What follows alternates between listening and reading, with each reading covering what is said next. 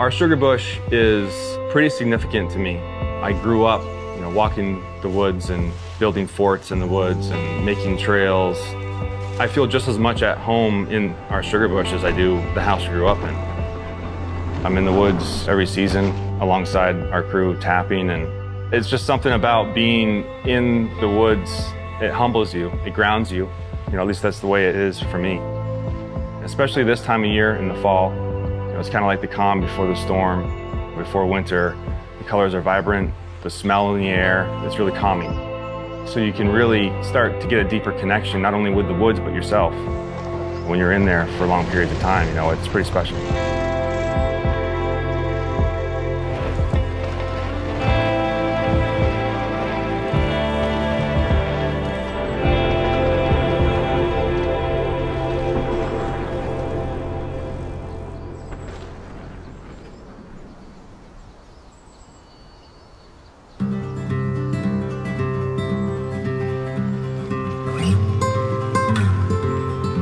Nestled in the heart of New England, Vermont, the Green Mountain State, as its name suggests, is known for its vast forests of towering sugar maples. Years of history are woven into Vermont's woodlands, and with it, a trail network that spans far and wide. Not just geographical features, the forest trails are threads in the tapestry of a unique state. Trails for bikers, hikers, and sugar makers alike.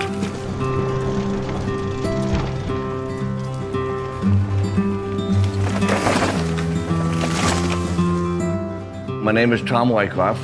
Two things I said I was going to do when I retired was I was going to have my own maple sugaring operation and I was going to own a Harley. And I've done both. Maple syrup is a relatively new retail product. Maple syrup has to be stored in a seal-tight can. They didn't really have the canning technology until about 1925, 1930. Before then, my grandfather, my great-grandfather, and several before that made maple sugar. They would boil it past the syrup point and they would make bricks of sugar, and that's how they sold it, because it would store. Maple syrup is generated from sap from a maple tree. The maple trees are very prevalent in Vermont, which is why maple syrup is so popular here. In order for the tree to release the sap, which we generate the maple syrup from, we need to go through a series of cold and warm temperature changes, and that's what we get in the springtime. And really all it is we're taking sap that is 1 to 3% sugar, taking out as much water that is needed in order to get it to 6 to 68% sugar. And the way we do that traditionally is you evaporate the water out of it. Like my grandfather, when he would sugar, he had buckets in the woods, he had horse-drawn sleds, he had wood-fired evaporators, and he would boil 24 hours a day. And I can really appreciate what my grandfather did.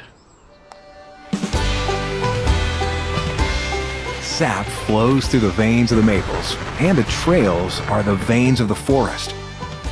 Two different states of flow beneath Vermont's canopies have been the catalyst for mutual respect and shared appreciation of the trails that service the land.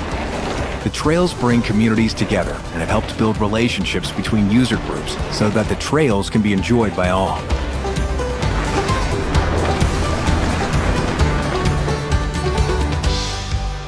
My son said it best a couple years ago. It was in November, and he said, "Oh man, I can't wait till sugaring season." The first boil is always so exciting, and it's that first strike of the match to get that fire going. Just a very happy time. I want to enjoy that as long as I can.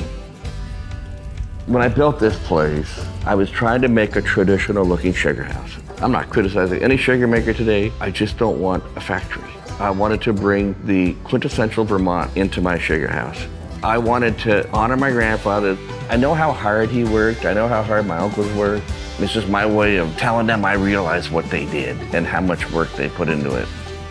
That's probably my biggest passion with it, is that I never forgot my uncles. I never forgot the stories of my grandfather. So even though they're all gone now, it's just nice to know that they're still here in my memories of them. Maple syrup is really important to the community. It's a pastime of Vermont. A lot of people have grown up their whole life making maple syrup. They just want to continue that tradition. It's a part of our lifestyle, and we're proud of it.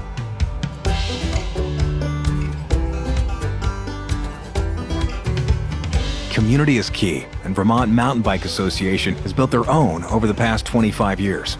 Their voice is forging the path for access, upkeep, and shared recreation across Vermont's trail network, with 70% of the trails that are open to mountain bikers and other recreation laying across private land. It's thanks to their dedication that landowners and trail users have been able to work together side by side on trails that are there to be enjoyed by all and stand the test of time.